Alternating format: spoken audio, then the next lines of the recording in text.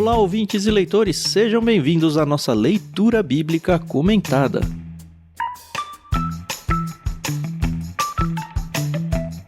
Eu sou o Thiago André Monteiro, @vulgutan, estou aqui com a Carol Simão e com o Thiago Moreira, que, como vocês já sabem, já gravou o prefácio com a gente e vai seguir no livro de Efésios junto com a gente. Sejam bem-vindos, os dois. Tudo bem com você, Carol? Tudo bem. Oi, pessoal. Aqui é a Carol Simão e é um prazer estar aqui gravando mais o início de um livro, né? Apesar de já ter tido o prefácio, hoje nós vamos entrar para valer em Efésios e vai ser legal. E aí, Thiagão, tudo bem com você? Beleza, tudo bem? Como vai, pessoal? Muito bom estar aqui novamente. Agora sim, para entrar no livro de Efésios, na carta. Uma carta curtinha, 6 capítulos só. É menor do que a gente está gravando por enquanto no Ictus, né? Mas com muito conteúdo, muita riqueza, e eu acho que vai dar pra notar isso logo no comecinho da carta já. Nossa, demais. A gente tava falando em off aqui, pelo menos eu tô com um certo medo do tamanho do episódio. Você que já tá ouvindo aí já viu quanto tempo ele custou editado, mas enfim, a gente não tem bola de cristal, então eu não sei o tamanho que esse negócio vai ficar. E o Thiago e a Carol até falaram, mas tem pouco texto. Eu falei, mas tem tanto conteúdo, tem tanta doutrina, tem tanta coisa. A gente não vai fazer como nunca faz, né, um negócio acadêmico nem nada, mas eu acho que o próprio Paulo, né, pisou em muita doutrina aqui, a gente tem que pisar também.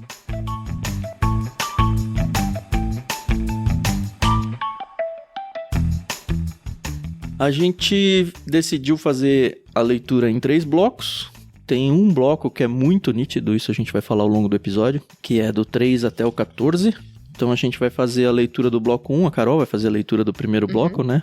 Do verso 1 e 2. Eu vou fazer a leitura do 3 ao 14 e o Thiago vai fazer do 15 até o finalzinho, que são 23 versos, o capítulo todo. Lembrando que a gente faz a leitura na NVT, que a editora Mundo Cristão graciosamente emprestou pra gente usar. Muito obrigado, Mundo Cristão. Se você tem interesse em adquirir a sua NVT, acesse o link que está na descrição do programa. Além de ser abençoado com a NVT que você vai comprar para você, com certeza você vai abençoar também através do link de afiliado que a gente disponibiliza aí. Você não paga nada mais por isso, mas abençoa com uma parte do valor da sua compra o nosso projeto aqui.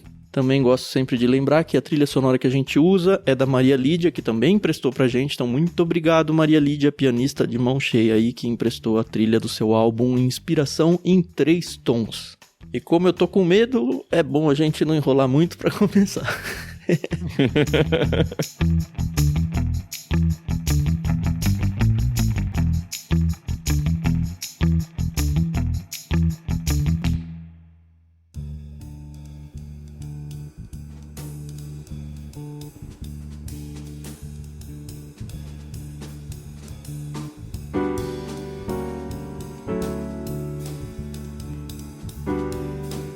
Vamos lá, Carol, versos 1 e 2.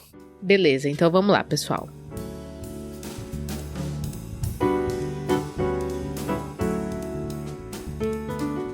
Eu, Paulo, apóstolo de Cristo Jesus pela vontade de Deus, escrevo esta carta ao povo santo em Éfeso, seguidores fiéis de Cristo Jesus. Que Deus, nosso Pai, e o Senhor Jesus Cristo lhes deem graça e paz.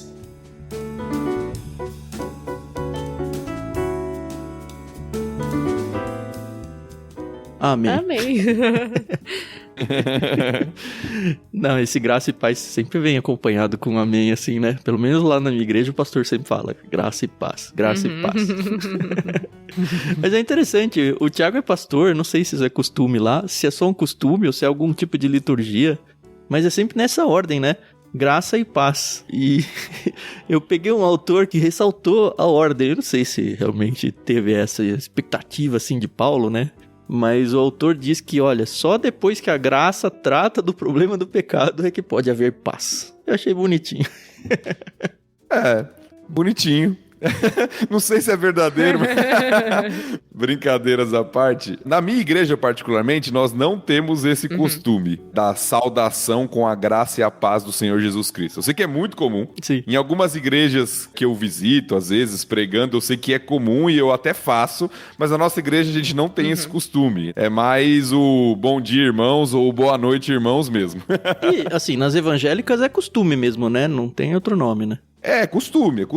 É uma saudação que se tornou muito comum nas cartas, né? Nós vemos nas cartas, geralmente é essa saudação. O comum pro judeu, o que eu já ouvi falar e pra mim parece fazer mais sentido, é que a saudação comum pro judeu era o shalom. Sim. Até hoje, né? Que é a paz, É o né? paz. Isso. Que é o paz. E parece que a graça, a partir do Novo Testamento, a partir de Cristo Jesus, ela começou a se tornar comum na saudação entre os cristãos. Então eles conservaram o shalom, só que evidentemente em grego aqui, que não é shalom, né? É eirene, paz em grego. Mas aí eles incluíram a graça como um dos elementos centrais do evangelho, das boas novas de Cristo. Então ficou comum como graça e paz. E assim, é muito importante, a gente tá quase lendo no automático, né? Graça e paz. Mas, principalmente, acho que essa parte do graça é muito importante pelo conteúdo do capítulo 1, que sim, é um termo muito chave, muito chave.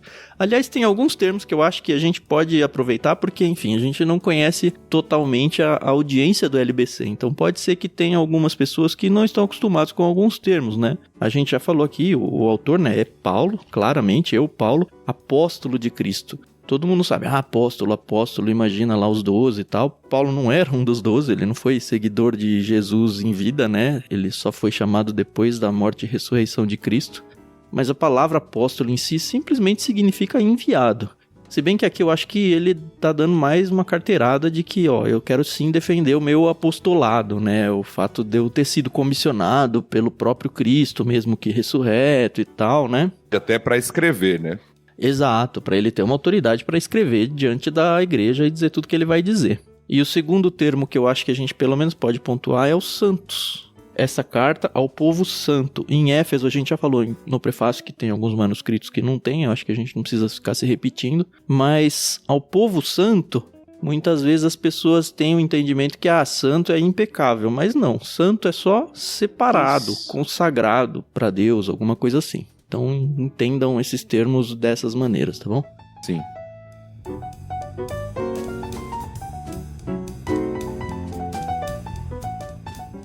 Eu achei interessante a forma, a tradução da NVT aqui, né? Porque eu tô acostumado com as versões mais antigas e elas são bem mais diretas na saudação. E às vezes, para quem não tá acostumado, às vezes pode perder um pouco do entendimento mesmo da saudação, né? Porque nas versões mais antigas geralmente vem Paulo, apóstolo, aos santos e fiéis em Cristo Jesus, graça e paz. Aqui a NVT, ela usa uma série de vocábulos para tornar mais claro, né?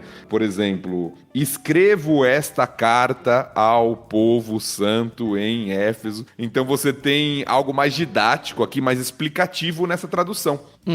Porque as traduções mais antigas são mais diretas, né? Paulo, apóstolo pela vontade de Deus, aos santos e fiéis em Éfeso, graça e paz. Então aqui parece que ele usa alguns termos explicativos mesmo. Escrevo esta carta aos santos. Então vai tornando mais claro para o leitor que está iniciando, principalmente no contexto das cartas aqui. Deixa bem claro que de fato é uma carta, né? Paulo, remetente, escrevendo ali para alguns destinatários, que são os santos, como o Tan destacou, e também os fiéis, que foi traduzido aqui como seguidores fiéis de Cristo Jesus, para quem Paulo escreve ali para a igreja em Éfeso. Esses santos aí como separados para Deus, consagrados para Deus, a gente já mencionou que não é que a pessoa é santa no sentido de impecável, mas é óbvio, né, que a vontade de Deus é que a vida prática do cristão aí, do crente, seja condizente com a sua posição em Cristo. Então, espera-se que ele busque uma vida de santidade, no sentido de, por mais que ele não atinja nunca essa perfeição, ele busque a semelhança com Cristo e seja uma característica de seus seguidores. Isso é uma explicaçãozinha também, já que você destacou o santo, a respeito do fiel, porque a palavra que foi traduzida aqui como fiéis, ela também poderia ser traduzida simplesmente como crentes. É a mesma palavra, tá? Aqueles que creem. Então, fé e fidelidade são duas palavras que têm a mesma origem no idioma original. Então, é traduzido aqui como fiéis em Cristo Jesus, que pode dar uma ideia de obediência, e é claro que a consequência é a obediência, mas também pode simplesmente destacar aqueles que têm fé em Cristo Jesus.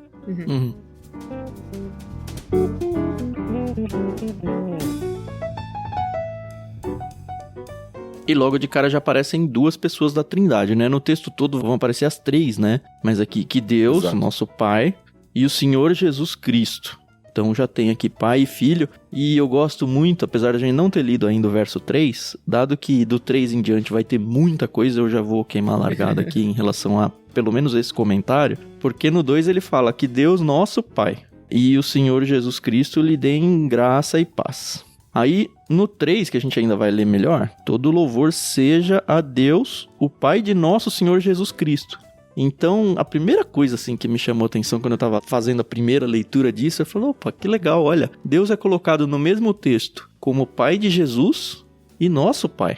Então, já fica muito claro que, em algum sentido, Jesus se torna o nosso irmão, né? A gente vai ver que a gente é filho adotado, enfim. Mas já se constrói aí um relacionamento familiar entre nós até, e a pessoa de Jesus e a pessoa de Deus Pai.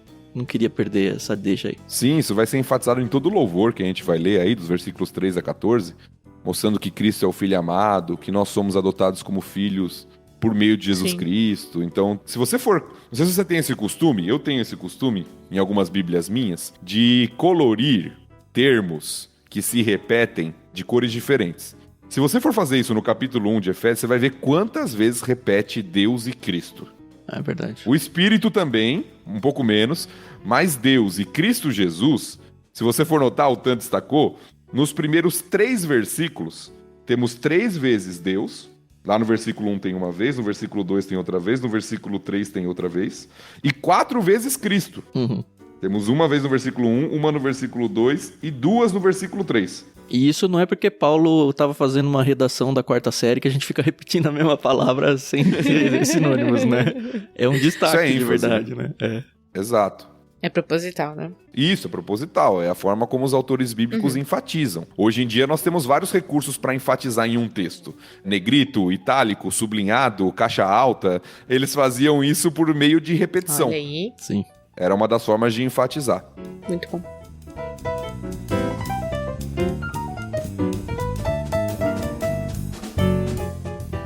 Antes da gente pular pro próximo trecho, o louvor dos versículos 3 a 14, tem uma coisinha ainda na saudação que eu acho importante a gente notar. É a palavrinha vontade. Paulo fala que é apóstolo pela vontade de Deus. Sim. Isso não é tão incomum assim nos inícios das cartas, Paulo falando que ele é apóstolo pela vontade de Deus, mas a palavra vontade ela é enfática nessa carta. Vai aparecer bastante. Vai aparecer várias vezes. A vontade, o plano de Deus, como muitos chamam, ela é enfatizada. Essa palavra, ela aparece 61 vezes no Novo Testamento. Tá? A palavrinha vontade. Em Efésios, que é uma carta curta, ela aparece 7 vezes. Ou seja, mais de 10% dos usos dessa palavra está em Efésios, que é uma carta curtinha. Caramba. Então, a palavra ela é repetida várias vezes em Efésios, né? 7 vezes. E pelo tamanho da carta, a proporção é muito grande. Sim. É verdade. E também dá um indicativo importante pra gente, né? Porque a gente já até brincou, né? Paulo tá dando uma carteirada aqui, eu sou apóstolo. Mas ele não afiança o apostolado dele nele, ele joga Deus, pra exato. Deus. Ele fala, olha, eu não sou apóstolo porque eu quero. Eu que fui chamado, eu não posso fazer outra coisa que não seja isso. É meio que isso, né?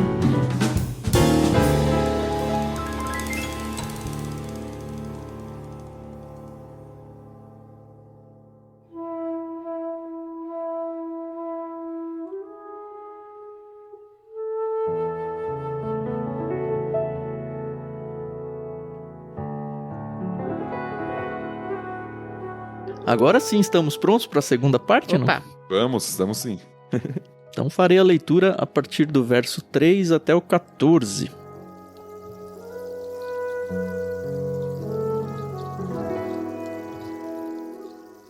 Todo louvor seja a Deus, o Pai de nosso Senhor Jesus Cristo, que nos abençoou em Cristo com todas as bênçãos espirituais nos domínios celestiais. Mesmo antes de criar o mundo, Deus nos amou e nos escolheu em Cristo para sermos santos e sem culpa diante dele. Ele nos predestinou para si, para nos adotar como filhos por meio de Jesus Cristo, conforme o bom propósito de sua vontade. Deus assim o fez para o louvor de sua graça gloriosa, que ele derramou sobre nós, em seu Filho amado. Ele é tão rico em graça que comprou nossa liberdade com o sangue de seu Filho e perdoou nossos pecados. Generosamente derramou sua graça sobre nós e com ela toda a sabedoria e todo entendimento. Agora, Deus nos revelou sua vontade secreta a respeito de Cristo, isto é, o cumprimento de seu bom propósito. E o plano é este: no devido tempo, ele reunirá sob a autoridade de Cristo tudo que existe nos céus e na terra. Além disso, em Cristo nós nos tornamos herdeiros de Deus, pois ele nos predestinou conforme seu plano e faz que tudo ocorra de acordo com sua vontade. O propósito de Deus era que nós, os primeiros a confiar em Cristo, louvássemos a Deus e lhe dessemos glória. Agora vocês também ouviram a verdade, as boas novas da salvação. E quando creram em Cristo, ele colocou sobre vocês o selo do Espírito Santo que havia prometido. O Espírito é a garantia de nossa herança até o dia em que Deus nos resgatará como sua propriedade para o louvor de sua glória.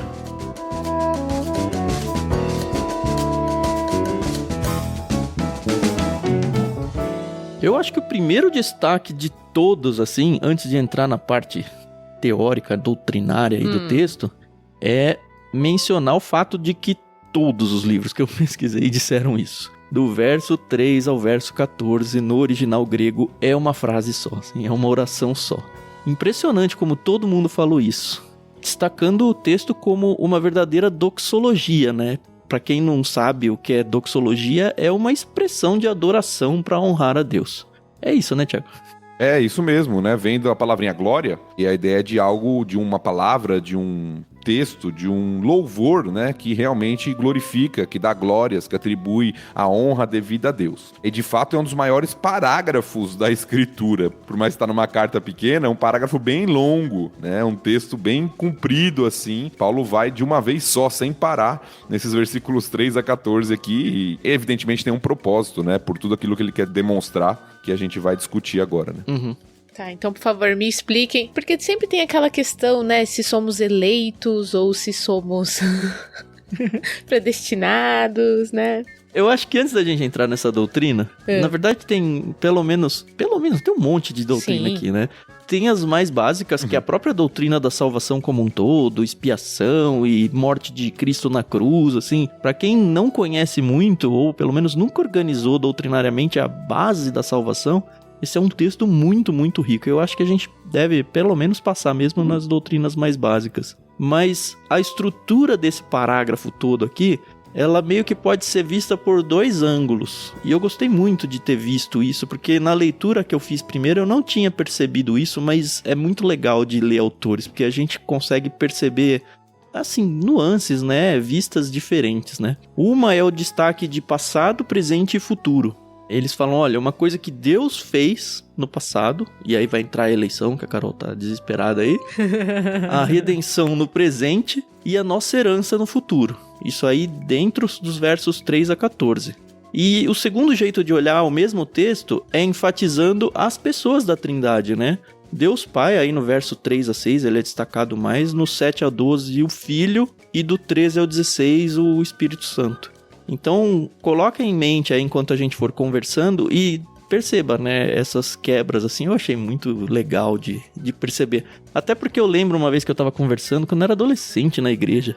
Poxa, tem algum texto que fale claramente a presença da Trindade? Porque a gente fica naquela, né, a Trindade é bíblica, a Trindade é tão óbvia na Bíblia. Eu acho que esse capítulo é um excelente capítulo, na verdade não é nem o capítulo inteiro, né, um trechinho só, para defender essa tese aí que a gente falou, que no grego é um parágrafo único, né? Nesse mesmo parágrafo a gente tem a Trindade muito bem apresentada dentro dos seus papéis e tudo mais.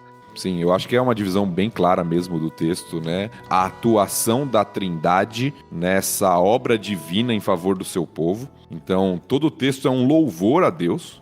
Começa assim, né? Bendito seja o Deus e Pai, nas versões mais antigas, né? Nessa aqui, todo louvor seja a Deus. É um louvor mesmo, como o Tan falou, é uma doxologia, quase um hino aqui, né? Uma expressão de louvor ao Senhor, e que vai destacando o papel de cada pessoa da Trindade, né? Do Pai, do Filho, do Espírito, na obra de salvação. Então esse é o motivo do louvor. É interessante, a gente falou, quem ainda não assistiu aí, não ouviu, melhor dizendo, o prefácio, corre lá, ouve, porque a gente falou que essa carta ela é bem dividida em parte teórica, teológica, nos primeiros 3 capítulos e parte prática exortativa nos últimos 3. E logo no início aqui, Paulo já dá uma densa teologia, com vários termos aqui, que mostram a graça de Deus, que mostram o plano de Deus em salvar o seu povo.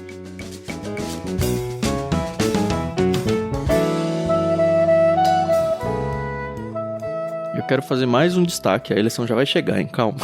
É porque a gente, quando lê esse texto, a gente já cola na eleição. E eu não queria perder algumas coisas que apareceram antes e, enfim, deixar pelo caminho. Logo no verso 3, ele diz lá, né, que nos abençoou em Cristo com todas as bênçãos espirituais nos domínios celestiais. A princípio eu passei meio batido, mas depois, nessa questão de ficar repetindo termos, né, fica muito evidente o quanto essas bênçãos espirituais e principalmente o domínio celestiais aparecem nesse capítulo. Vai aparecer várias vezes. E aí eu fiquei pensando, bom, se tem tanta repetição assim, eu acho que eu tenho que pensar um pouquinho mais do que eu tô pensando sobre esses termos, né? E aí eu fui para um lado muito mais aplicativo do que doutrinário. Olha só que interessante. Quando a gente fala regiões celestiais, né? Domínios celestiais aqui na NVT, a gente tá pensando que essas bênçãos, aliás, antes até, as bênçãos, elas não são carnais ou terrenas ou, assim, materiais. Elas são bênçãos espirituais. E aí alguns vão falar, não, eu preferia bênção material, né? Mas, cara, não, as nossas bênçãos espirituais, elas são tesouros. Bênçãos são tesouros. Agora eu pergunto pra você, né? Você prefere um tesouro material ou um tesouro espiritual? E quando eu penso em tesouro espiritual, eu estou pensando em tesouros imateriais, invisíveis, incorruptíveis e principalmente eternos. Coisa que por mais que eu tenha aí bênçãos ou tesouros materiais, eles têm fim e a gente aproveita aqui e acabou, uma hora ele acabou. Por mais que dure a nossa vida toda, a morte leva tudo isso embora e a gente vai nu, né? Vai sem nada pro outro lado. E essas bênçãos celestiais que também não são prometidas, também tem essa dualidade de pensar, pô, eu queria minhas bênçãos aqui, né? Eu queria, aliás, esses domínios celestiais, né? Eu queria aqui, né? Mas, cara, é a mesma coisa. Será que eu não ia preferir que fosse algo mais eterno? Algo celestial? Por mais que eu não usufrua das coisas aqui, eu não tô dizendo que a gente não vai usufruir nada, tá? Eu só tô dizendo que a promessa que Deus nos dá é muito maior do que aquilo que a gente gostaria de esperar aqui na nossa vida terrena. Por mais que durante a vida terrena a gente tenha o nosso quinhão aí de grande sofrimento, e pode ser que algumas pessoas realmente passem por isso a vida toda. A questão é que a nossa esperança, e é outro termo muito forte nesse capítulo, tem que estar abraçado do lado de lá, nos domínios celestiais e nas bênçãos espirituais. E eu fiquei muito feliz em desconstruir em mim essa necessidade, urgência, essa vontade de buscar as coisas terrenas, as coisas para agora. E, na verdade, investir para a gente colher frutos que vão ser eternos.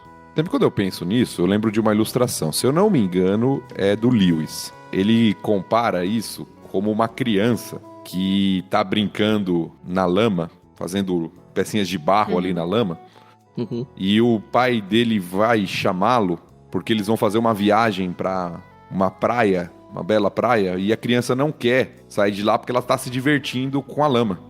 A ilustração que ele faz é que nós nos contentamos com muito pouco. Nós achamos que as bênçãos materiais seriam o melhor para nós, sendo que nosso pai tem algo muito maior. Então, o que eu acho interessante desse texto é porque a gente fala muito sobre bênção, e a gente ora para que Deus abençoe, e a gente deseja que Deus te abençoe. E não tem nada de errado nisso, tá? Porém, o texto está nos dizendo que Deus, o Pai, por meio de Jesus Cristo, ou em Cristo, já nos tem abençoado com toda a sorte de bênção espiritual. Ou com todas as bênçãos espirituais, como foi traduzido na NVT. Ou seja, o que isso indica? Isso indica que nós já somos tremendamente abençoados. Que nós já temos tudo aquilo que nós precisamos na nossa vida. O que nos falta às vezes é abrir os olhos para isso. Nós já temos toda a sorte de bênção espiritual, todas as bênçãos espirituais em Cristo Jesus. Ou seja, se Deus não me desse mais nada a partir de hoje na minha vida, eu já tenho tudo que eu preciso. Porque eu já o conheço. Isso vai aparecer no trecho 2 aí, né? No 3, no caso, né? Na oração de Paulo, isso vai voltar. Sim, no terceiro trecho também, é verdade. Paulo vai enfatizar isso novamente. Mas note que o começo do louvor é: eu te louvo, Deus e Pai do nosso Senhor Jesus Cristo, porque o Senhor já me abençoou, já tem nos abençoado com todas as bênçãos possíveis nos domínios celestiais. Ou seja, a gente já tem tudo que a gente precisa. A nossa noção é muito baixa, né? Exato. A nossa consciência, a gente se apega às coisas daqui, ao que é visível, ao que a gente pode tocar, e a gente pensa que a gente não tem o que a gente precisa, que a gente não tem o que a gente queria, mas na verdade a gente já tem tudo. Em Cristo nós já temos todas as coisas. E aí, pra mim, o meu entendimento do trecho é que a partir do versículo 4, Paulo vai listar quais são essas bênçãos. Então todos os termos que ele usa, desde a eleição, predestinação, adoção, redenção, são essas bênçãos. Essas bênçãos que ele começa a listar para nós o que nós temos em Cristo. E aí faz sentido aquela ideia do passado, presente e futuro, né? Porque é o jeito dele contar essas bênçãos todas. Sim. Muito bom.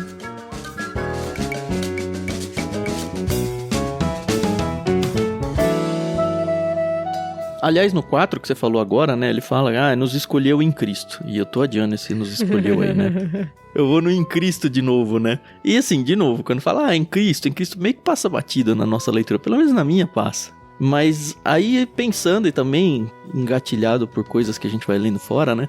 Esse em Cristo, ele vem numa contraposição com o em Adão, que não está no texto, mas está implicitamente, né? No sentido de que toda a humanidade ou está em Adão ou está em Cristo. E o que é estar em Adão? É como se Deus nos visse como vê Adão e como se Deus nos visse como vê a Cristo.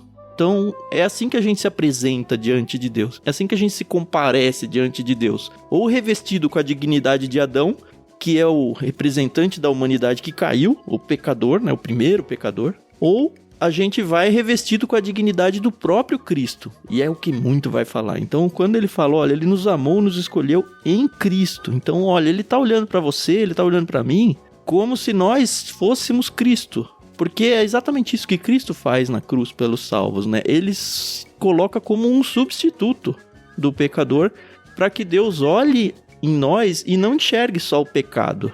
Ele vai enxergar Cristo, que é impecável. É essa substituição aí que Cristo fez por nós. Então, esse em Cristo, toda vez que aparecer, lembre-se disso. É muito importante. Sim, e ele vai aparecer muito na Bíblia, né? No Novo Testamento. Essa expressão em Cristo, para mostrar que tudo que nós temos se dá por meio dele, né? Na sua obra, através dele, no sacrifício dele. Então, tudo que a gente tem gira em torno, ao redor de Cristo. E isso vai ser muito enfático, inclusive no próprio louvor que a gente vai ler, vai aparecer várias vezes ainda em Cristo, ou por meio de Cristo, ou algo do tipo, para mostrar a nossa total dependência. Essas bênçãos, na verdade, elas só existem quando nós estamos nesse relacionamento, né? Por meio de Cristo, através de Cristo, com Cristo.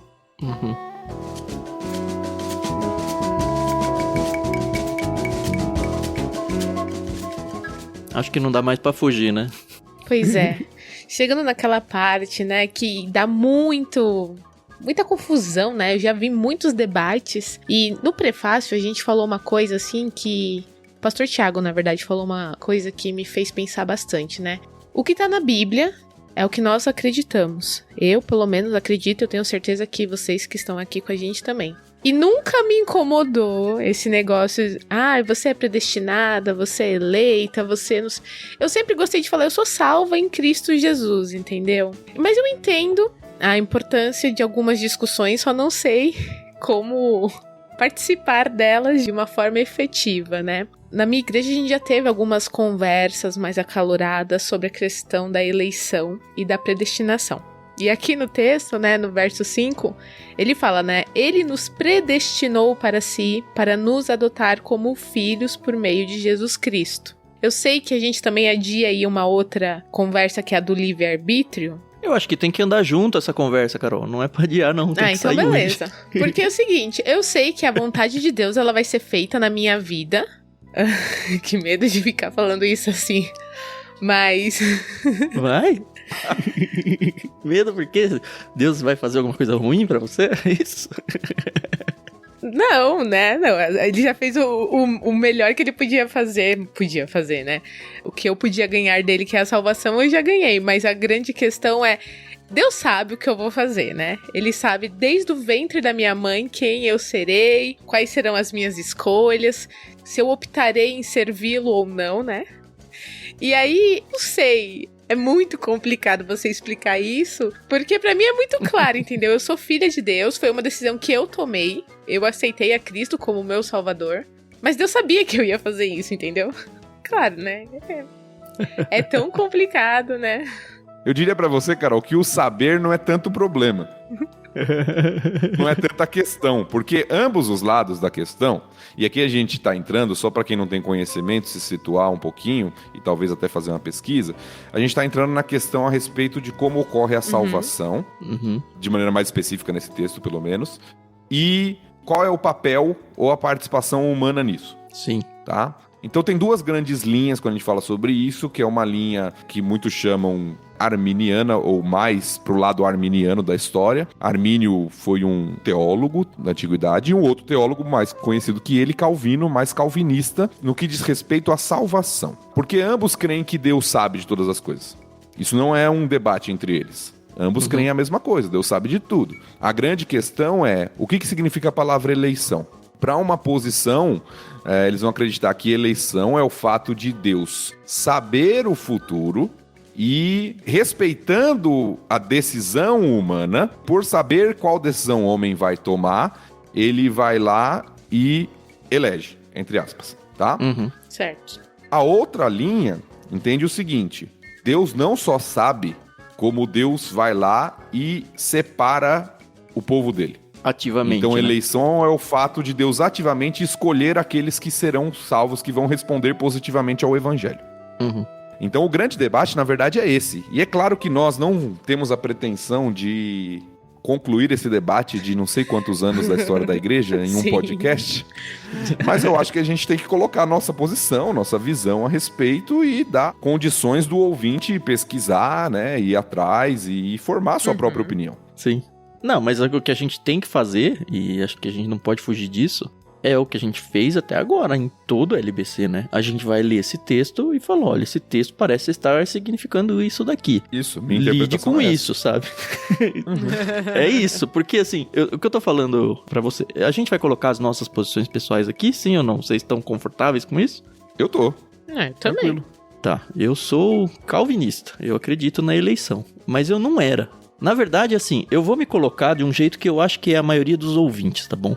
Eu, quando ouvi esse termo a primeira vez, o que me veio na cabeça foi, isso aí é de comer ou é de vestir, sabe? Eu nunca tinha ouvido falar desse termo. E eu já era adolescente, eu cresci em igreja. Mas simplesmente não era um assunto discutido na minha igreja local. Depois que eu vim descobrir qual era a linha teológica do pastor da igreja e tudo, mas não era um negócio, não era um debate, não era um tema de debate. E alguém me falou, mas você acredita na eleição? E, cara, que é isso? E aí acho que o Thiago explicou bem, né? E aí o que aconteceu? Eu era aqueles crentes que vai à igreja, mas não lê a Bíblia. Acho que também, infelizmente, a maioria das pessoas. A gente tá tentando quebrar um pouco esse paradigma com o LBC.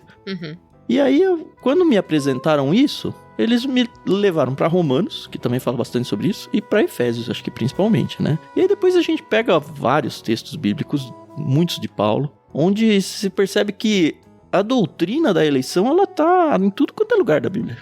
A questão é como a gente vai interpretar isso. Mas basicamente, essa doutrina diz, olha, Deus seleciona indivíduos que viriam a crer. Se vai ser por presciência ou por ação ativa mesmo, aí é uma outra história. Mas essa eleição ela começa a ter alguns desdobramentos. Que, por exemplo, então se Deus age ativamente, e pra mim esse texto é muito claro, dizendo que sim, tá? Eu acho que é forçar o texto a dizer que é baseado na presciência. Eu até entendo as pessoas que defendem isso e tal, mas enfim, por isso que eu tenho a minha posição doutrinária e respeito quem tem as outras. Mas os desdobramentos mais naturais são coisas como, se Deus escolheu as pessoas que vão ser salvas, consequentemente, ele escolheu as pessoas que vão ser condenadas. Pelo simples fato de não ter escolhido aquelas pessoas para serem salvas. E isso incomoda muita gente, eu entendo muito que incomoda. O outro desdobramento é, mas se é ele que escolhe, eu não tenho poder nenhum. Onde é que fica a minha vontade? E eu acho que talvez seja a coisa que mais incomoda as pessoas, é tirar esse poder do ser humano de falar, não, eu que escolhi a Cristo, não foi Cristo que me escolheu. E eu também entendo isso, e respeito essa sensação. Só que o que eu percebo, e é o jeito que eu encaixo as coisas na minha cabeça hoje? Olhando pelo prisma de Deus, Deus escolhe essas pessoas, que é o que a gente leu no texto aqui. Deus nos amou e nos escolheu em Cristo para sermos santos e sem culpa diante dele. Ele nos predestinou para si, para nos adotar como filhos. São verbos ativos aqui acontecendo na coisa toda. E a gente vai falar os motivos para o louvor da sua glória e tudo mais. Só que ao mesmo tempo em que isso acontece, a gente vê, por exemplo, no verso 13, uma cara de responsabilidade humana. Eu vou ler esse verso 13 de novo. Agora vocês também ouviram a verdade, as boas novas da salvação, que é o evangelho, né? E quando creram em Cristo, ele colocou sobre você o selo do Espírito Santo que havia prometido. Então você percebe que não é aquela coisa de eu tô aqui, Deus vem e fala, não, vem aqui pro céu, você vai vir comigo. Não quero ir, Deus. É um negócio onde o homem, ele, de alguma maneira, ele age em reação a esse evangelho que foi apresentado a ele. E outras pessoas agem, aliás, não agem, né? Em relação ao evangelho e não são convertidas. Então, fica essa dança de, tá, mas tem responsabilidade humana ou não tem? Só que como eu enxergo isso? De novo, do prisma de Deus, é essa questão da eleição, é Deus que age. Do prisma do homem, é a sensação, e eu acho que não é só uma sensação, é uma realidade também, o homem vai ao encontro de Deus e também escolhe Deus, e aí vai entrar questões dos 5 pontos do calvinismo, eu não quero entrar com isso, mas a questão da graça irresistível e tal, né? Mas no sentido de que, olha, não vai ter ninguém no céu que entrou à força, falando, não queria estar aqui, mas Deus me escolheu. Aí também não vai ter ninguém no inferno que falou, poxa, eu queria estar no céu. Não, eu queria, mas eu entreguei verdadeiramente a minha vida e eu tô aqui porque eu não fui eleito, sabe? Eu fiz tudo que eu tinha pra fazer, mas fui eleito. Eu acho que não vai ter esses dois grupos. E não sei se resolve o paradigma da coisa, mas pelo menos na minha cabeça dá uma acalmada. Bom, vamos lá, vou tentar ser breve pra gente avançar também. Eu vejo a eleição divina, né, como é dito, eleição incondicional. É uma ação de Deus mesmo em salvar o homem. Eu vejo isso por alguns motivos. No texto, olhando primeiro para este texto, para depois tentar olhar para o termo na teologia bíblica como um todo. O texto afirma que isso acontece antes mesmo da fundação do mundo. Uhum. Para mim, esse é uma das evidências de que não é a vontade de Deus, como a gente falou, né? Vontade, o termo que vai se repetir daqui a pouquinho. É o plano soberano dele. Ele, antes mesmo de criar o mundo, já tinha estabelecido o seu plano, o que inclui a eleição do seu povo. Uhum. Outra, indo já para outros textos, apesar de que Efésios vai tratar disso também no capítulo 2, o homem, por causa do pecado, né, da sua natureza, ele não busca a Deus. Então, se Deus fizesse assim, ó, tá bom, então eu vou deixar livre, quem quiser vem até mim, ninguém iria sem uma ação divina, tá? Essa é a minha compreensão à luz das Escrituras. O homem tá morto em seus delitos e pecados, como diz Efésios 2, e o mesmo autor, Paulo, em Romanos, fala, não há quem busque a Deus, não há um justo sequer, não há quem entenda, não há quem busque a Deus, todos se extraviaram, cada um foi pelo seu caminho. Uhum. Então eu vejo que o homem não tem condições de ir até Deus, se não for uma ação divina que o traga, que o chame. Se a gente for olhar, por exemplo, do Antigo Testamento, a mesma coisa acontece. Deus escolhe Abraão. Por qual motivo? Abraão era melhor do que os outros? Não. É pelo plano soberano de Deus. Mas Deus escolhe Abraão, não escolhe todas as pessoas de todos os povos ali. Ele escolhe Abraão. E é porque sim pra gente, né? Deus tem os seus motivos, né? Mas a gente não necessariamente fica sabendo deles. Exato, pelo plano soberano de Deus. E não há mérito. Não é porque, então eu sou cristão, eu sou melhor do que o não cristão. Não. É único e exclusivamente pelo plano soberano e pela graça de Deus. Uhum. Então eu entendo que é isso. O que eu acho que confunde as pessoas, às vezes, é um olhar invertido da história. Porque as pessoas geralmente pensam assim, mas se Deus escolhe alguns e não outros, então ele está sendo injusto. E para mim isso é um olhar invertido da história. Uhum. Porque se a gente for pensar em justiça, por causa do pecado, a justiça para todos seria a condenação. Exato. Sim.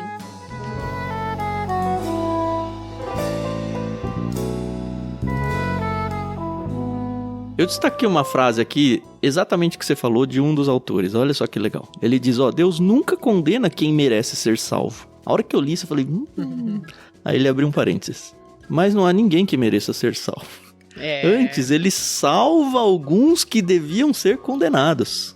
Exatamente. É esse jeito diferente de pensar a coisa. Isso é graça e misericórdia. Deus não está É. sendo injusto em condenar pessoas. Deus está sendo gracioso em salvar pessoas. Uhum. Sim. Porque a condenação é o que todo mundo merece. E pela sua graça, Deus resolve salvar alguns. Ele poderia condenar a humanidade como um todo, é o que nós merecíamos. E estaria tudo certo, né? Seria tudo certo, mas sua graça e misericórdia nos alcança. Então, para mim, a eleição, na verdade, é o único meio de nós respondermos ao Senhor. Se fosse por nossa iniciativa livre, nós nunca iríamos. Uhum. Se Deus não chama, se Deus não predestina, se Deus não age com o teu Santo Espírito, nós não buscaríamos a Deus. Essa é a minha visão, tentando ser bem resumido aqui a respeito do termo aqui em Efésios 4 e olhando para as Escrituras como um todo sobre a questão da salvação.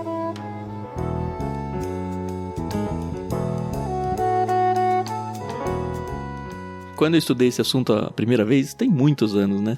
Eu fui pra casa, né, e falei, enfim, apresentei e também ninguém em casa conhecia o termo da mesma forma que eu. E todo mundo, a primeira reação é, imagina, impossível acontecer. E aí o que eu fiz, né?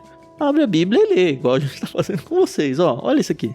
Olha isso aqui, olha isso aqui. Aí, assim, demorou um tempo e é super natural que demore muito tempo pra pessoa encaixar tudo isso e aceitar, tá? Eu acho que é até um exercício de humildade, não só essa doutrina, mas tantas outras que a gente acredita de um jeito e quando vai de verdade, assim, com profundidade pra Bíblia, a gente percebe que é diferente. Eu acho que é uma humildade nossa falar, poxa, pensei errado 30 anos da minha vida, vou voltar 30 anos. É melhor que volte 30 do que fique 60 dando soco em ponta de faca, sabe? Mas até hoje, quando a gente conversa esse assunto em casa, meu pai fala, eu sei que a eleição é bíblica, mas não é justo.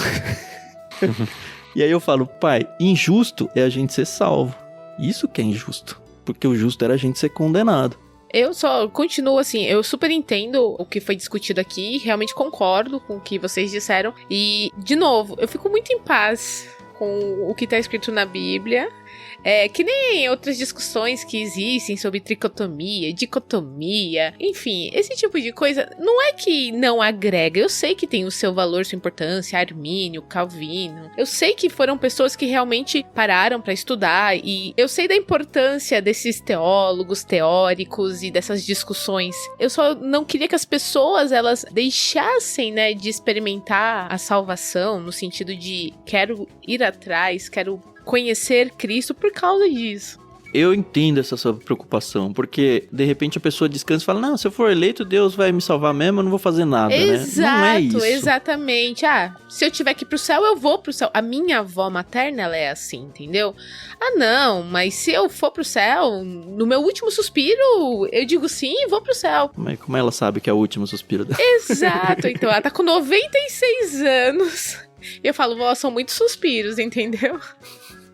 Mas, realmente, eu acho que, assim, as pessoas... Claro, se você quer estudar isso, tem ótimos seminários e cursos e pastores que realmente estão dispostos a discutir. Mas se você realmente não quer, eu acho que isso não é um fator, assim, primordial pra você não querer ir à igreja, por exemplo. Ao contrário, né? Se a gente for olhar pro texto, a eleição que é colocada aqui, a escolha de Deus, é motivo de louvor a ele, não é motivo de discussão, motivo de incredulidade. Lembra que a gente está num texto de louvor, que Paulo está listando as bênçãos espirituais que nós temos em Cristo. E uma delas é a escolha amorosa divina no seu povo. Então, independente da posição que você tenha, seja sincero com o texto, analise, busque conhecimento, mas não leve isso para um nível de discussão de quem tem razão. Isso é muito ruim, né? Existe muito na internet cristã hoje em dia, né? Discussão quem tá certo ou quem tá errado, quem é mais inteligente do que o outro. Não, aqui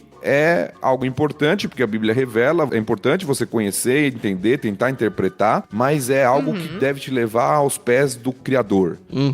Em posição de louvor, de adoração. Não em posição de arrogância, não em posição de tô qualquer certo outro e ele tipo tá de errado, coisa. eu acho. Exato.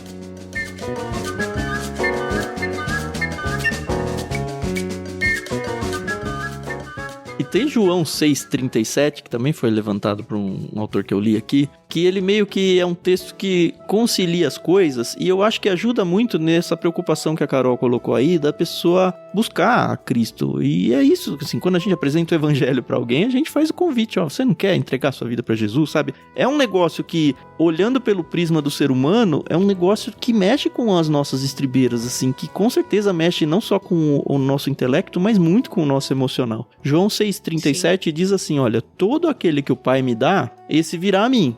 Então já tem um lado da eleição aí nesse versículo. Mas ele continua, e o que vem a mim, de modo nenhum lançarei fora. E também tem esse o que vem a mim, que é uma coisa ativa do ser humano de, olha, eu decidi entregar a minha vida para Cristo. Sabe, é um negócio que o ser humano faz. Não é um negócio que, tá, Deus, vai, pega a minha vida aí. Não, cara, é um negócio irresistível. Quando a gente entende o evangelho e entende o que Cristo fez por nós na cruz, é um negócio que você fala, cara, eu preciso disso. É óbvio que eu quero isso, sabe? É uma oferta irresistível. Mas isso muitas vezes, Tan, é quase que um espantalho ou uma visão equivocada que as pessoas têm de determinada posição. Porque nenhuma das duas posições defende a inatividade humana ou a falta de responsabilidade do homem. A não ser numa visão que muitos chamam de ultra-calvinista, que não é o que a gente está falando aqui, o homem ele responde. A grande questão é, ele responde porque Deus age primeiro, porque ele não teria condições de responder sozinho, mas ele tem que responder. O homem é chamado a crer. Ele tem que crer, mas ele crê quando o Espírito Santo abre os olhos. Muitos falam assim, se tem os eleitos, pra que eu vou evangelizar então? Ué, porque é a ordem de Deus, porque a fé vem por meio do ouvir a palavra, exatamente. Então, isso na verdade é uma má compreensão da posição. Calvinistas não falam que você não precisa evangelizar porque Deus tem seus eleitos. Nunca vi um calvinista defendendo isso. Assim como arminianos não defendem que, então Deus não tem poder ou não tem um plano. Não, são visões diferentes a respeito, mas que não devem nos levar aos extremos equivocados e devem nos levar à adoração e a cumprir a vontade de Deus na nossa vida. Sim, totalmente contrário à questão de apatia que, enfim, não tem motivo pra gente ficar parado. É isso. A gente, como cristão, a gente tem que buscar a santidade. Não sendo cristão, a gente tem que estar pronto pra ouvir esse evangelho e ser convertido ou se converter. Você pode usar o jeito que for aí, porque eu acho que é os dois, né? E viver, assim, o que urge é você entregar sua vida a Cristo, porque é isso que vai definir céu e inferno na sua vida.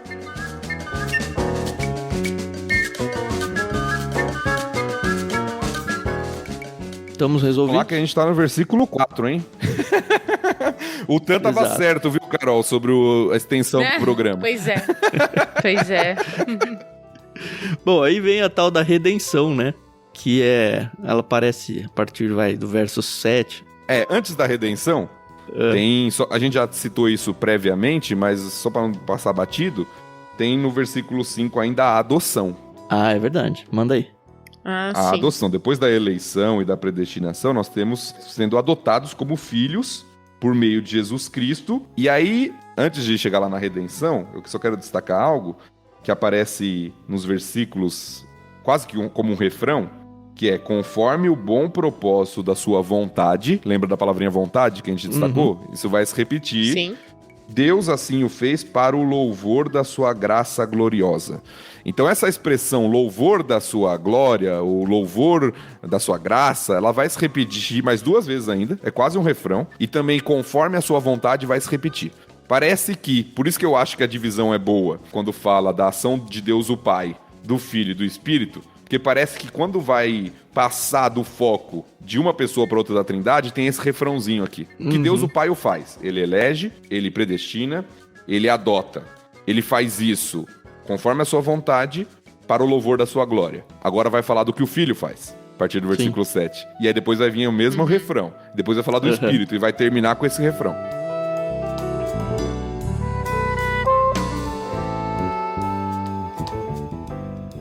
E aí o Filho já entra com o sangue, né? Comprou nossa liberdade com o sangue do seu Filho e perdoou nossos pecados. Aquela questão de Cristo ser colocado como nosso substituto diante de Deus que a gente falou no começo do episódio.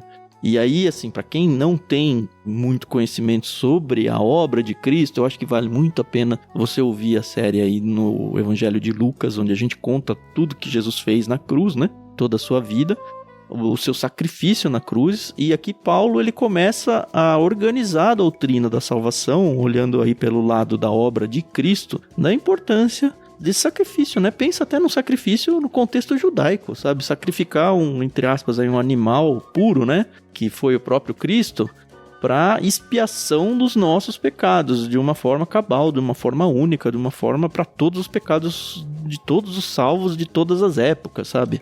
Uma única vez o suficiente para todos, perdoou os nossos pecados, generosamente a graça de novo, né? Derrubou sua graça sobre nós e com ela toda a sabedoria e todo o entendimento. A descrição que Paulo faz aqui da obra de Cristo é realmente algo muito belo, né?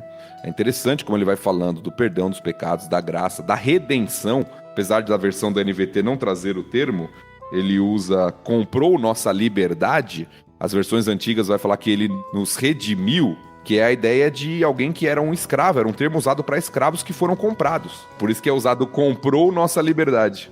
E os efésios, eles conheciam bem essa prática, né? Claro, eles conheciam muito bem. Porque, enfim, era uma sociedade escravagista, né? E os escravos lá eram libertos mediante o pagamento de um resgate. Então, cabe muito pro público original essa analogia de resgate mesmo, de redenção, de resgate. E contemplar como essa graça, esse plano de Deus que vem antes da fundação do mundo, como Paulo começa falando, ele tem o seu ápice ali na entrega do próprio Filho, né? Do Cristo entregando a sua vida para pagar pelos nossos pecados, para que nós pudéssemos ter vida. Então, a mensagem da graça do Evangelho de forma bem explícita aqui, né? Nesse louvor.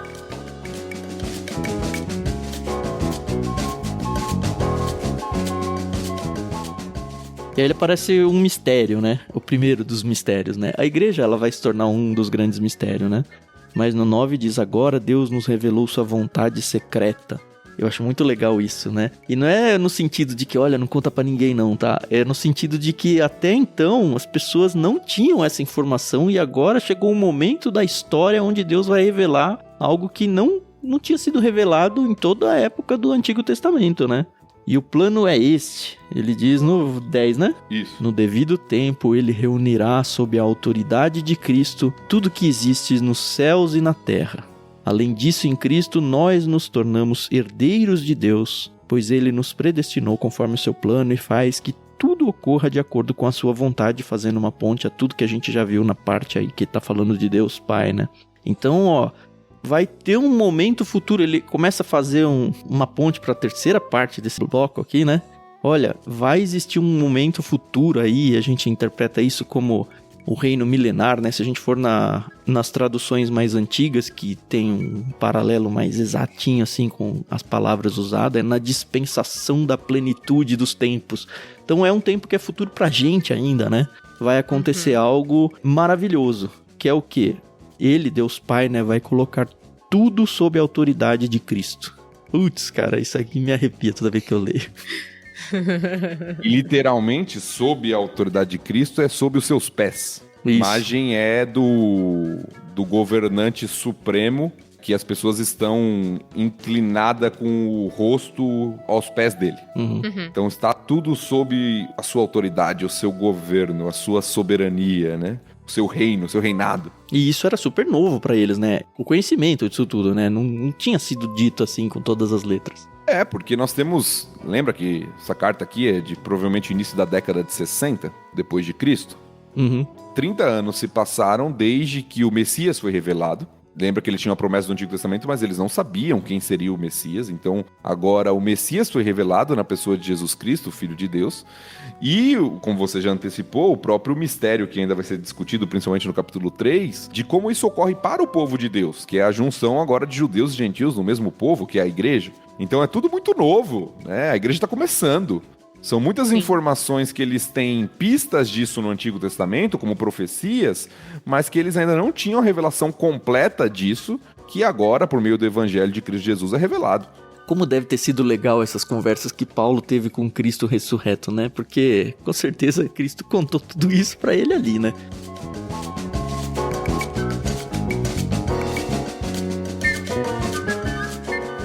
E aí a gente entra na terceira parte do bloco 2, que é falando sobre o Espírito Santo, né? De novo tem esse trechinho aí que o Thiago mencionou como emenda aí das pontas, né?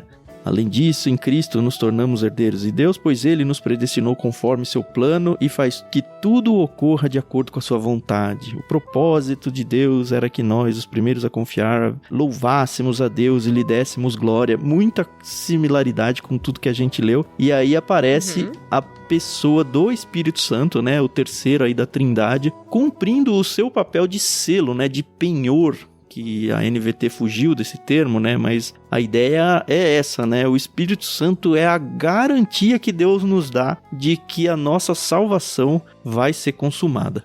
Um parênteses aqui antes da gente falar um pouquinho mais sobre o Espírito Santo. Você está lendo na NVT? A NVT ela faz uma linguagem mais fácil para a gente entender, mas às vezes ela não conserva a repetição. Se você pegar, por exemplo, na revista atualizada, isso que eu disse vai ficar mais claro. Por exemplo, no versículo 5, né? Final do 5. Segundo o beneplácito de sua vontade, para louvor da glória da sua graça. Aí lá no versículo 12 e 13, que o Tan leu agora, ele faz todas as coisas conforme o conselho da sua vontade, a fim de sermos para louvor da sua glória. E lá no final do 14, que a gente já leu e vai falar agora do Espírito Santo, termina também falando em louvor da sua glória. Então é esse refrãozinho que eu tô me referindo quando eu digo isso. Parece que a ação do Pai, a ação do Filho, a ação do Espírito tem como alvo final a própria glória de Deus.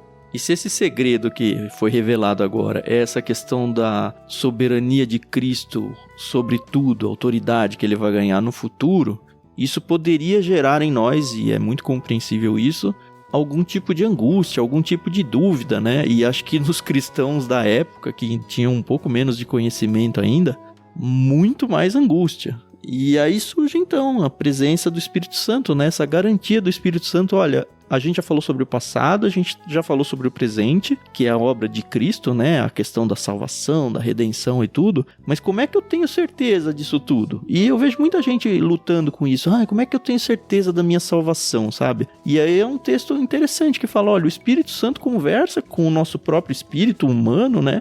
Falando, olha, não, você é meu. Eu acho que a própria angústia de ter essa preocupação é, de uma certa forma, a ação do Espírito Santo conversando com a gente, falando, não, ó, fica tranquilo, eu sou o selo, eu garanto, o próprio Deus, né, na pessoa do Espírito Santo, como a garantia, para usar o verso 14, né, a garantia de nossa herança até o dia em que Deus nos resgatará como sua propriedade, jogando aquela questão de futuro, nesse dia em que Cristo realmente colocar tudo sob seus pés. Eu gosto de pensar, isso que o Tan falou, em dois aspectos a respeito da atuação do Espírito na nossa vida e dessa garantia. Um é esse que o Tan destacou, esse aspecto, vamos dizer, um pouco mais subjetivo, em que a gente pode perceber a presença do Espírito em nós, testificando com o nosso próprio Espírito, né, o nosso homem interior, que nós somos filhos de Deus. É o que Paulo fala aos Romanos. O outro, que é destacado também em outros textos de Paulo e pelo próprio Senhor Jesus Cristo também,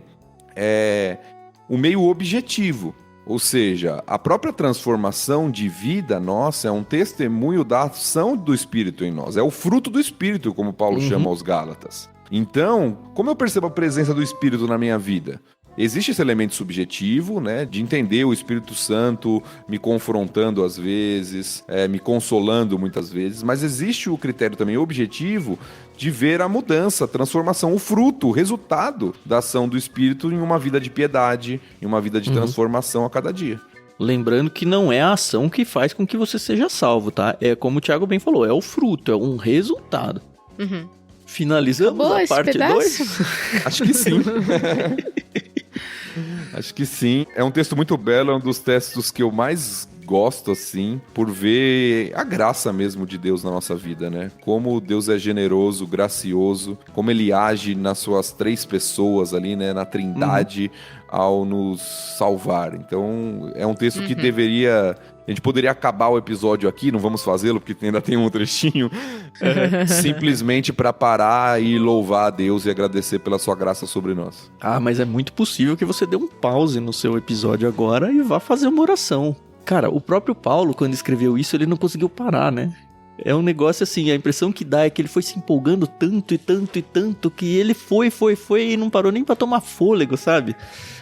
E eu acho que é o que o Thiago falou, é tão belo esse texto, ele condensa tão magistralmente tudo que Deus fez, faz e fará por nós que o único resultado que tem é a gente glorificar a Deus, assim.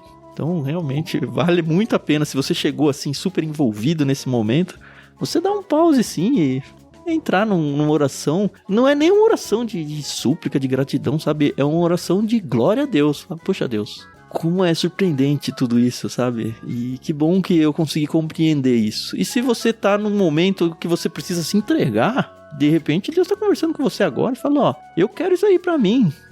Faz a sua oração e entrega a sua vida pra Jesus agora, sabe? Por que não? E se você precisar de ajuda nisso tudo, tem vários caminhos que você pode chegar até nós aí. Se você não tem uma igreja local ou nem sabe com quem conversar, nós estamos aqui prontos para receber você e conversar com você e tirar as dúvidas que você precisar e caminhar esse início com você, tá? Fica super à vontade para fazer isso que, cara, eu vou adorar fazer isso.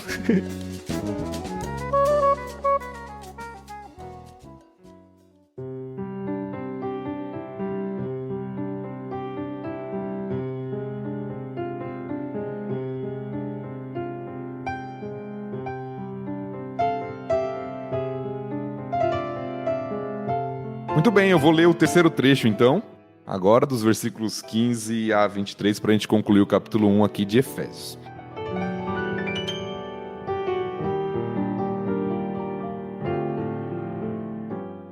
Desde que eu soube de sua fé no Senhor Jesus e de seu amor pelo povo santo em toda parte, não deixo de agradecer a Deus por vocês. Em minhas orações, peço que Deus, o Pai glorioso de nosso Senhor Jesus Cristo, lhes dê sabedoria espiritual e entendimento para que cresçam no conhecimento dele. Oro para que seu coração seja iluminado, a fim de que compreendam a esperança concedida àqueles que ele chamou e a rica e gloriosa herança que ele deu a seu povo santo. Também oro para que entendam a grandeza insuperável do poder de Deus para conosco os que cremos. É o mesmo poder grandioso que ressuscitou Cristo dos mortos e o fez sentar-se no lugar de honra, à direita de Deus nos domínios celestiais. Agora, ele está muito acima de qualquer governante, autoridade, poder, líder ou qualquer outro nome, não apenas neste mundo, mas também no futuro. Deus submeteu todas as coisas à autoridade de Cristo e o fez cabeça de tudo para o bem da igreja. E a igreja é seu corpo. Ela é preenchida e completada por Cristo, que enche consigo mesmo todas as coisas em toda parte.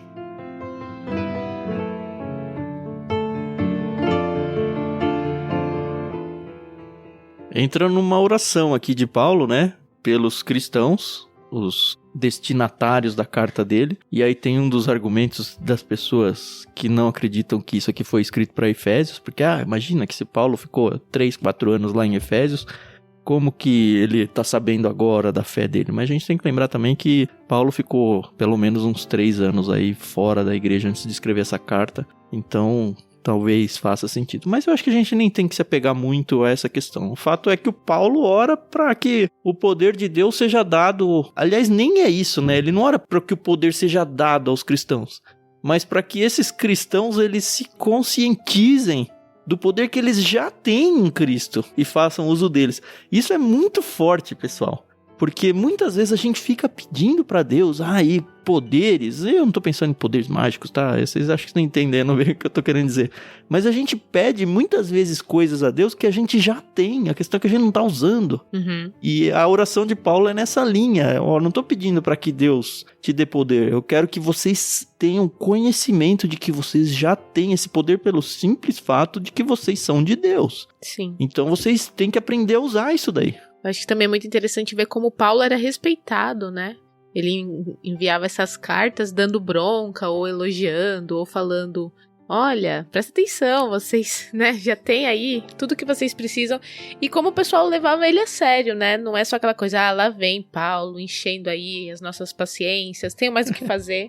Ele é o fundador dessa igreja, né? Então, e mais uma vez valida aquela questão, né, dele ser um apóstolo pela vontade de Deus, né? Porque ele fala com propriedade, mas sem ser arrogante, né? É interessante que essa oração de Paulo, né, de fato é uma oração, como o Tanto destacou, para mim ela tem 2 partes, né? Ela começa com gratidão, Sim. Paulo começa agradecendo a Deus pela fé que eles têm e pelo amor que eles têm pelo povo. São duas características muito sempre presentes, tá? Quando se refere ao povo de Deus transformado, é a fé em Cristo e o amor um pelo outro. Parece que elas sempre andam juntas, né? E Paulo elogia isso nessa igreja, agradece a Deus, né, em suas orações. E aí ele vai para o pedido, que para mim são 3 pedidos, na verdade. O primeiro está no versículo 17, que é entendimento, sabedoria espiritual e para crescimento no conhecimento de Jesus, né, do Senhor. Certo. Então, o texto começa falando, né, Paulo falando: peço que Deus, o Pai glorioso de nosso Senhor Jesus Cristo, lhes dê sabedoria espiritual e entendimento para que cresçam no conhecimento dele.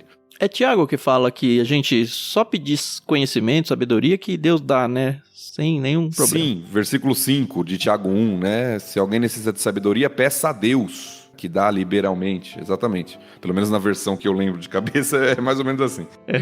Mas Paulo pede isso por essa igreja: sabedoria e crescimento no conhecimento de Deus. Então, eu sempre linko isso à nossa vida como igreja, até o que a gente está fazendo aqui. A gente precisa crescer no conhecimento do Senhor.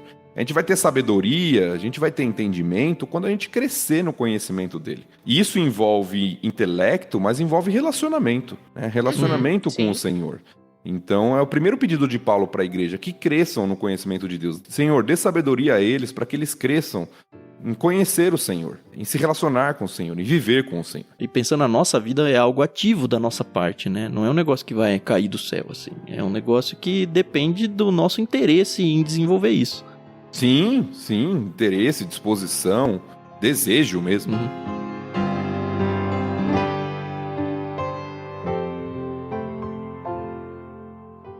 O segundo pedido para mim está no 18, que é a compreensão da esperança que eles têm.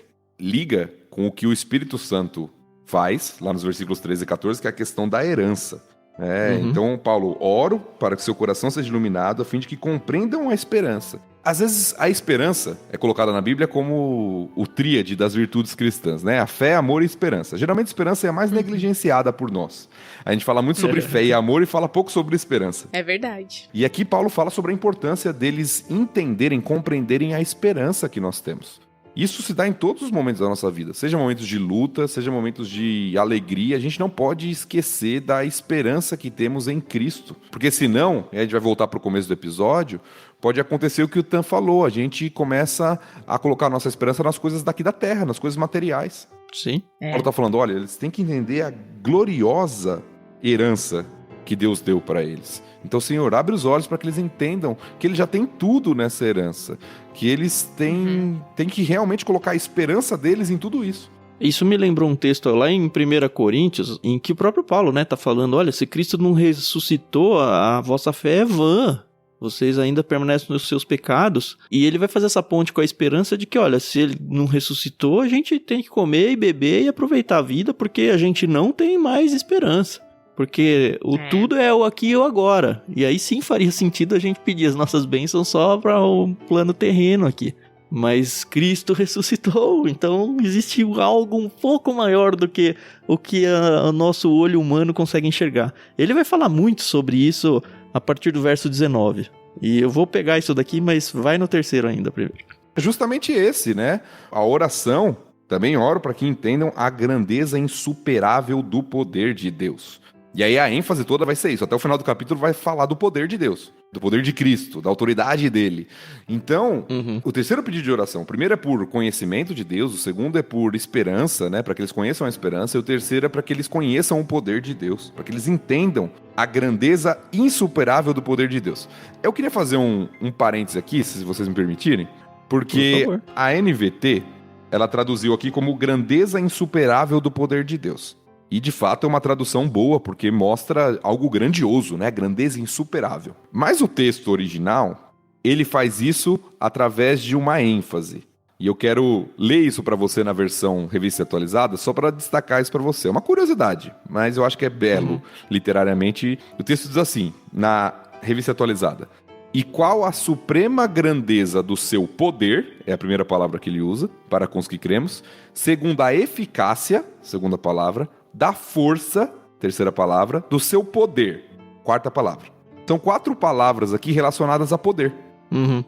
Paulo ele usa 4 palavras diferentes, que no português poder é repetido, porque eu acho que não tinha mais sinônimo aqui do tradutor. Mas são 4 palavras diferentes no original, mas que estão nessa esfera de poder, para mostrar como Cristo é poderoso. Sim. Sim. Então, a primeira palavra é a palavrinha que talvez vocês conhecem por ministérios que existem com esse nome, é a palavrinha dynamis. Uhum. Então, a primeira palavrinha que é colocada como poder aqui é dynamis, que a gente conhece aí, depois originou a palavra, mais pra frente, a palavra dinamite, né? Mas essa palavrinha é dynamis. A segunda palavrinha, traduzida como eficácia na revista atualizada, é a palavrinha energeia, da onde vem a nossa palavrinha energia. Olha. Também relacionada a essa ideia de força, poder, né? A terceira palavrinha, quem é fã de videogame vai saber, porque é a palavrinha Kratos. Já jogou um jogo que chama God of War? O personagem principal desse jogo é o Kratos. Essa palavrinha de força, de poder no grego. E a quarta palavrinha é Isrus, que eu acho que a gente não tem nenhum paralelo em português, mas é uma outra palavrinha também para poder, força. Então Paulo enfatiza usando 4 palavras diferentes para mostrar como Deus é poderoso. Uhum.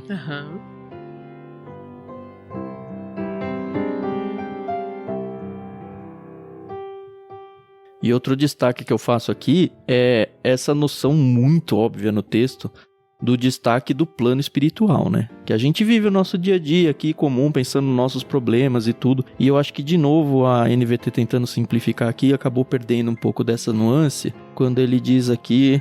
Ele acaba falando, né? A direita de Deus, nos domínios celestiais, já dá uma deixa aí, né? Mas agora que ele está muito acima de qualquer governante, autoridade, poder, líder ou qualquer outro nome, não apenas nesse mundo, mas também no futuro, a impressão que dá é que ele está falando sobre os governantes terrenos, mas não é, tá? Os termos aqui é principado, potestade e poder e domínio. E aí no pensamento rabínico da época, essas palavras descreviam diferentes ordens angelicais.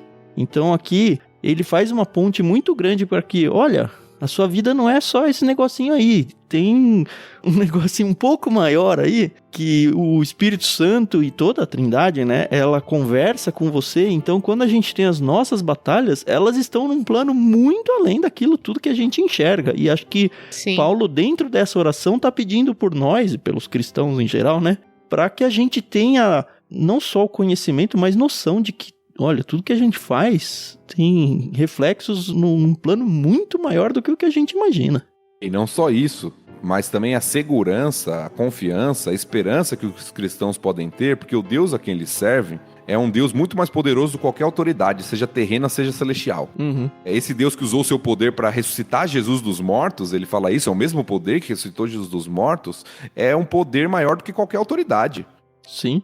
Então, ou seja, você serve um Deus que é o Todo-Poderoso, é o soberano, é a autoridade sobre todas as coisas. É verdade. E num certo sentido, a gente tem esse poder por sermos filhos de Deus também. E eu não tô dizendo aqui que você tem que tentar ir ressuscitar pessoas, tá? Porque infelizmente eu sei que tem gente que pensa por esse lado. Mas a questão é, entenda o completo significado de se tornar filho de Deus. Olha só como nós nos tornamos potencialmente impactadores de tudo no plano terreno e no plano espiritual. E não é à toa que a gente tem que esperar também ataques no plano espiritual. E isso faz sentido e isso faz parte da vida de um cristão também. Então, Sim. abre os olhos espirituais para você enxergar o todo da coisa. E a carta vai terminar falando sobre isso, né? Efésios 6 vai falar sobre a batalha espiritual, sobre os principados e potestades, vai terminar falando sobre isso, né? É, exato.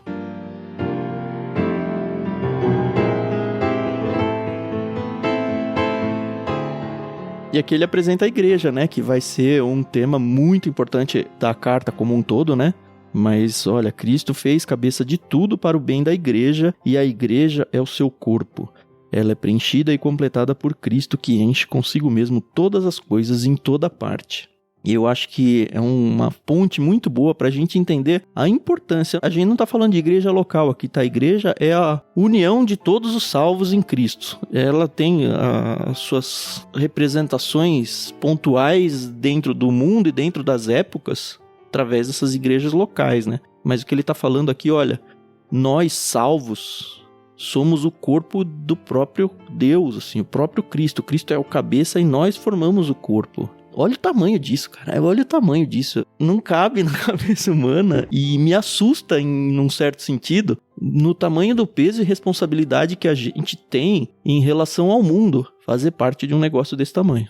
É verdade. E ele destaca bem, esse Cristo recebe essa autoridade e ele é o cabeça dessa igreja. Então, é o privilégio que nós temos de ser corpo de Cristo, mas também a lembrança de que aquele que governa, aquele que é autoridade, aquele que direciona é Cristo. Ele é o Senhor, ele é o cabeça sobre nós. E esse cabeça no verso 22, né? Na verdade é uma citação do Salmo 8:6. Só fica de curiosidade aí, pra gente ver que indícios dessas coisas já tinham lá no Antigo Testamento. A questão é que agora tudo foi descortinado aí para a humanidade e apresentado, e essas pontas soltas aí do Antigo Testamento, elas começam a se unir e fazer sentido como um todo.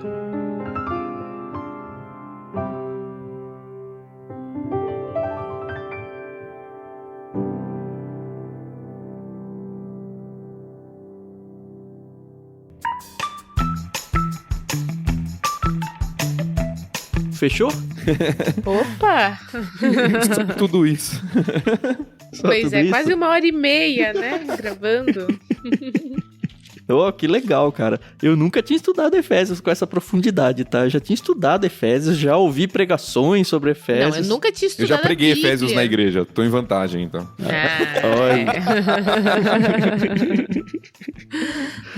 Não é à toa que veio tanta informação legal aí da parte do Thiago. Ainda bem que ele tá gravando com a gente, viu, Thiago?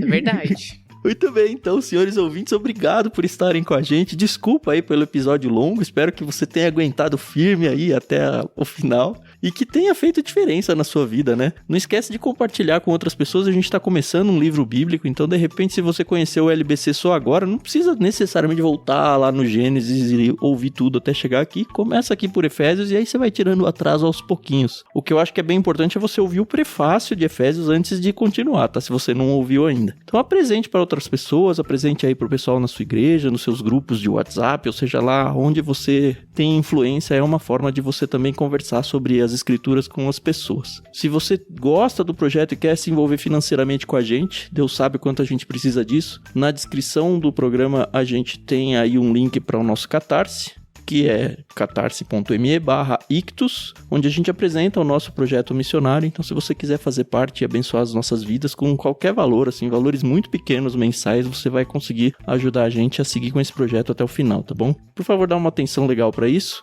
E eu reforço aquele convite, se você precisa conversar com alguém sobre a própria salvação, sobre o evangelho, a gente tá aqui para isso, tá? Eu tenho certeza que tanto a Carol quanto o Thiago também aceitam esse desafio de conversar com você se você precisar. Lembrando que a gente tá no nosso Telegram, t.me/leitura bíblica comentada, e a gente também tá no Discord, bit.ly/leitura coletiva. Por lá a gente tem feito a leitura da Bíblia, a leitura de vários livros, a transmissão desses podcasts. Então, se você quer ouvir os próximos episódios ao vivo aí, participar, fique à vontade para entrar, é tudo de graça, é isso que eu falei. Aproveito para agradecer a galera que tá com a gente ouvindo a gravação no Discord. Muito legal ter vocês aqui com a gente e fica o convite para vocês participarem das próximas vezes. E é isso, falamos demais. Obrigado, senhores ouvintes. Vou deixar a Carol e o Thiago se despedir e eu me despeço por aqui. Tchau, tchau. Isso aí, pessoal. Muito obrigada. É sempre um prazer estar aqui gravando com vocês, aprendendo mais da palavra de Deus. E é isso, orem sempre por nós, por favor. E a gente se ouve no próximo episódio. Até mais. Nos ouvimos em Efésios 2, um texto conhecido, pelo menos boa parte dele, e muito rico também. Dê uma lidinha já e nos vemos semana que vem em Efésios 2. Até mais.